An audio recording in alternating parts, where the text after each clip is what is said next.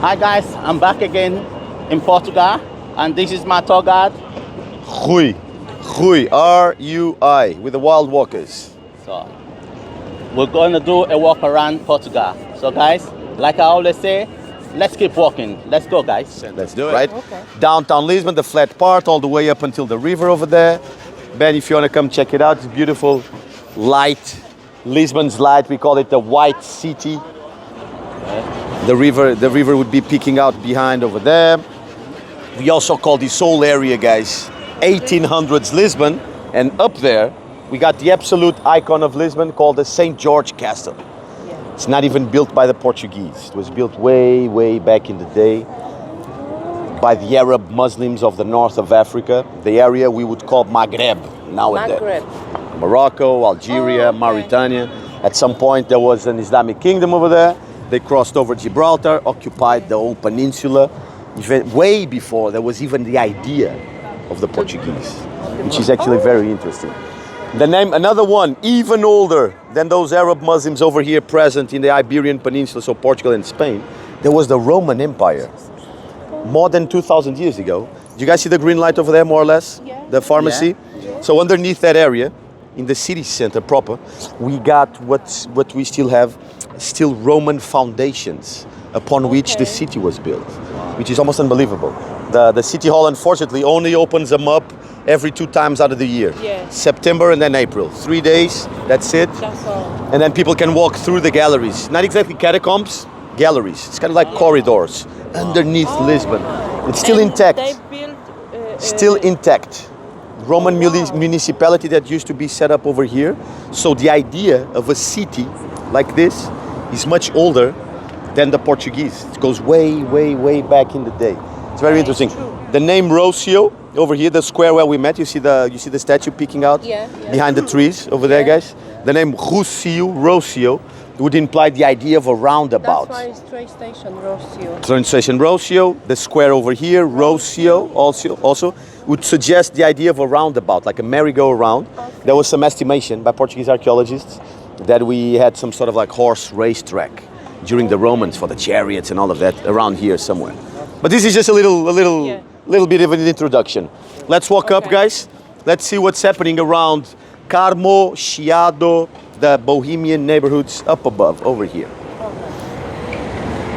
So we are living downtown, and what we got up there, Carmo, Chiado, around, I was telling you guys, this whole area we call 1800s Lisbon.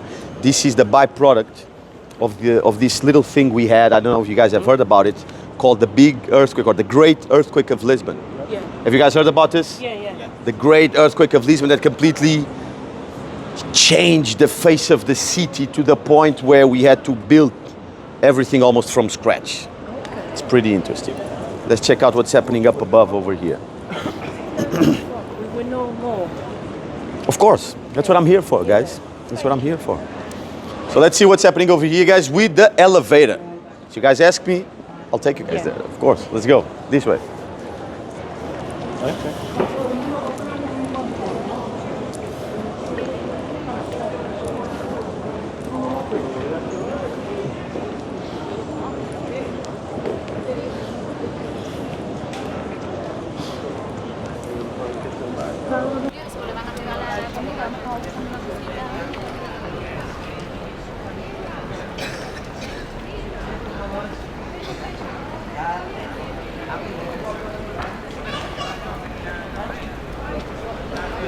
Guys, over here, let's check it out just around the corner. Ben, get a load of this. The beautiful Santa Justa elevator. Check this out. Over here, guys. Check this out. So guys, compared to the castle up there that I was telling you guys, the absolute icon of Lisbon, the castle up on the hill built by the Arab Muslims from the north of Africa all the way back. I won't spoil it right away, but that's a very old one. It goes back almost 1,000 years. 1,000? Almost. It's ridiculous. It's insane, right? Compared to that one, this is sort of like the youngest newborn baby icon of Lisbon. This one's from the 1900s, turn of the century. So 124 years ago. And as you guys can see, it's built in the same style as the Eiffel Tower. one of the reasons why everyone in Lisbon will keep pushing the notion, oh, it was built and designed by Gustave Eiffel, the same guy that sort of like arranged and engineered and designed the Eiffel Tower back in Paris. There's no connection, no affiliation whatsoever with the Eiffel Tower, besides the architectural style, and it's also French people, by the way. It's a French guy, Meunier de Ponsard. But there's no connection whatsoever. A lot of people say, oh, it was an apprentice of Gustave Eiffel, but no, zero. No. Icon of Lisbon, it was built as a cargo lift more than 100 years ago, just to haul cargo up the hill, literally connecting downtown over here to the higher neighborhoods up above. There's even a neighborhood up there that's called very originally, super originally, the high neighborhood, Bairro Alto. Barrio Alto, if you guys speak a little bit of Spanish. It's one of, also, coincidentally, it's one of the, I would say major, not major, but one of the tourist traps of the city, because in the way that the City Hall, Lisbon's public transportation system also has it organized. You guys got people waiting in line over there. You can guys see a big queue already forming up. So people have to wait, and then to go in the elevator and use the lift, they'll charge you. And They'll charge you is he going €6. So what we'll do is, guys, we'll go around the corner. Beautiful art piece by one of Lisbon's, but Portugal's most distinguished street artists. You guys can see written in the blue triangle, black on blue, Bordalo II. It's a Portuguese street artist, a guy that usually only works with scraps of garbage. So even though he's got pieces commissioned by the City Hall, this guy over here, Bordalo II, is always collecting from the trash bins, the landfills, and the ideology would be something like, let's turn waste into little tributes to Mother Nature, because it's usually always animals. It's a pretty cool one, this guy, Bordalo II. See what's happening up above. We'll go through the platform over there. Wow.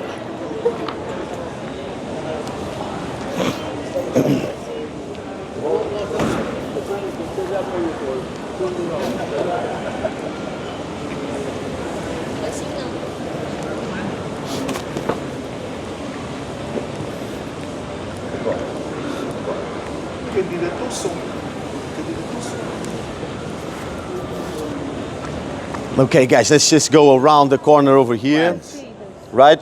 If we'll have time, I'll take you guys over there to show you guys where it is. It's just around the corner, okay?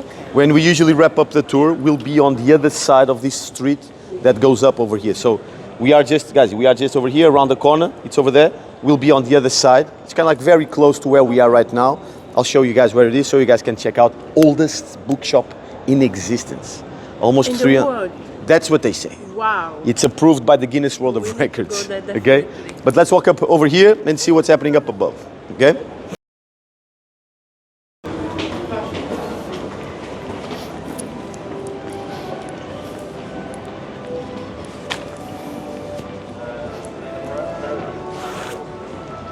This is kind of like backstage Lisbon over here. Not much happening over here, but check out what's coming out over there, guys. Another one of the absolute icons of Lisbon. This one is not as old as the castle. Up there, let's check it out. Look at this.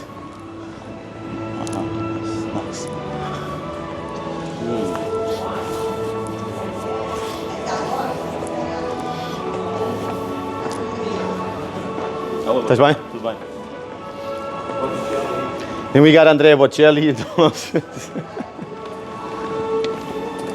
Let's come up.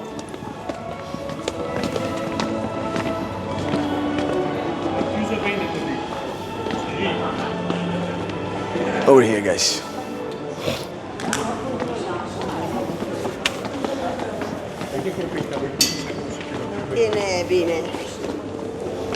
Check this out, guys. Turn around. Look at this.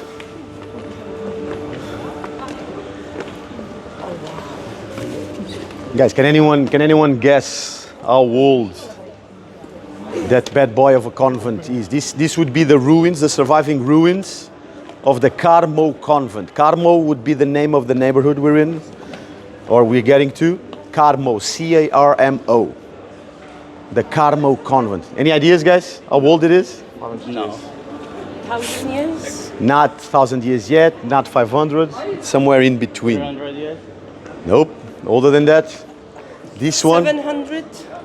almost yes. This one goes back to more or less the late 1300s. Let's go up, guys. I'll tell you guys a little bit about it. Big ties, man. Big Will. This way.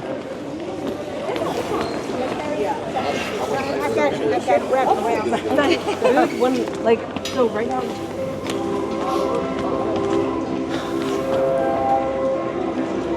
Check these guys over here, guys. Just over here, guys. Just to give you guys a bit of context, late 1300s, the convent was built. It was built by this legendary figure in the history of Portugal. There was, at some point, just to give you guys a bit of an idea what was happening. At this point, late 1300s, the Spanish were at many attempts. The Spanish Empire had many attempts of trying to conquer Portugal by force. So there was many battles between the Portuguese and the Spanish around this late 1300s. And there was a captain of the Portuguese armies, a guy called Nuno Álvares Pereira, that at some point was leading the Portuguese armies into the onslaught of the Spanish. And we're talking about battles in the same style as, not quite as crazy as that, but do you guys remember the movie 300? Yeah. Where you have the Greeks, so the Spartans, going up against the massive Persian Empire, right? This was not exactly like that, but the odds were stacked against the Portuguese. In the sense of you would have like 5 or 4 Spanish soldiers to every Portuguese soldier, so much bigger Spanish armies. And there was at all times, there was this one guy managing to sort of like lead the Portuguese into victory, causing massive casualties to the Spanish, to the point where at some point these guys borderlines like signed a treaty. To keep it a little bit superficial, but there's a treaty signed, and this guy at some point, Nuno Álvares Pereira, captain of the Portuguese armies, at some point becomes almost the second richest man in the country, because the king at this point is giving him a lot of money, a lot of land all over the country, because this is the guy effectively getting us off of the hooks of the Spanish, right? There was never any conquering by force of Spain, of Portugal actually, by Spain. It's actually pretty interesting one. Okay, and so this one guy, very powerful, very wealthy at this moment, relinquishes his military career, leaves behind his military career and says, okay, my work's done. He has the convent built over here, overlooking the city center, as sort of like a thank you note to God, because this would be symbolically the center of Lisbon, overlooking the castle, the square down there. And so the guy gives all his possessions away at some point, builds the convent, becomes a monk. So gives his life to God, becomes a monk, vow of poverty, vow of celibacy, all of that. We're talking about a very rich guy at this point. Gives everything away, goes inside, becomes a monk. And so then there's the silly story, like a little anecdote, that at some point, a few decades afterwards, already as a monk for many years, one of the kings of Spain, before the merger of Spain into one kingdom, there's several separate kingdoms. And so one of the kings of Spain comes over, visits the guy, trying to feel the pulse of the country, like what about if we try to invade one last time or again or something like that, right? And the silly story goes that the guy is over there dressed as a monk. One of the kings of Spain comes visit, and the guy is dressed all in the brown habits, like of the monks, with the cloak and all of that, right? Lifts up the habit, not naked obviously, but the guy's like as the full, how do you say, like the armor and the sword still sheathed, and this guy's like, the idea is like, my brother, don't you think for a second that just because I gave my life to God, I'm not ready to bang again, right? So that's what's like silly anecdotes. The legend of the guy kept growing. The guy built a convent. Eventually, I was telling you, this is 1300s, so late 1300s, convent over here, right? Then we have the earthquake happen in the 1700s. So not exactly 400 years, but almost 400 years later, right? The convent doesn't exactly survive as untamed, but like this. So we can say it's kind of like survived. So the idea of this one guy, how would you say, the legend, his image as someone touched by God, because the convent that he built over here, smack in the middle of the city center, the part that was most affected by the earthquake, let's walk guys, survived. And so people started sort of like connecting this one man sort of like to God himself. Look at this, look at this, look at this, look at this. This guy has also, as this one guy, the warrior monk or the warrior priest or the soldier priest, something like this. Looks like a Netflix show. Yes. He was He was at some point distinguished, anointed a saint by the Vatican in Rome. It's a true story. Okay. Let's come over here, guys.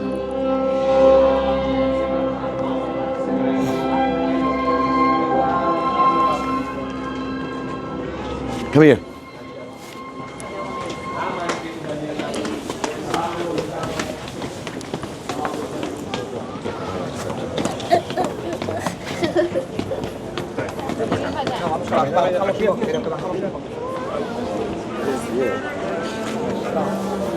What about, can you go on the other side?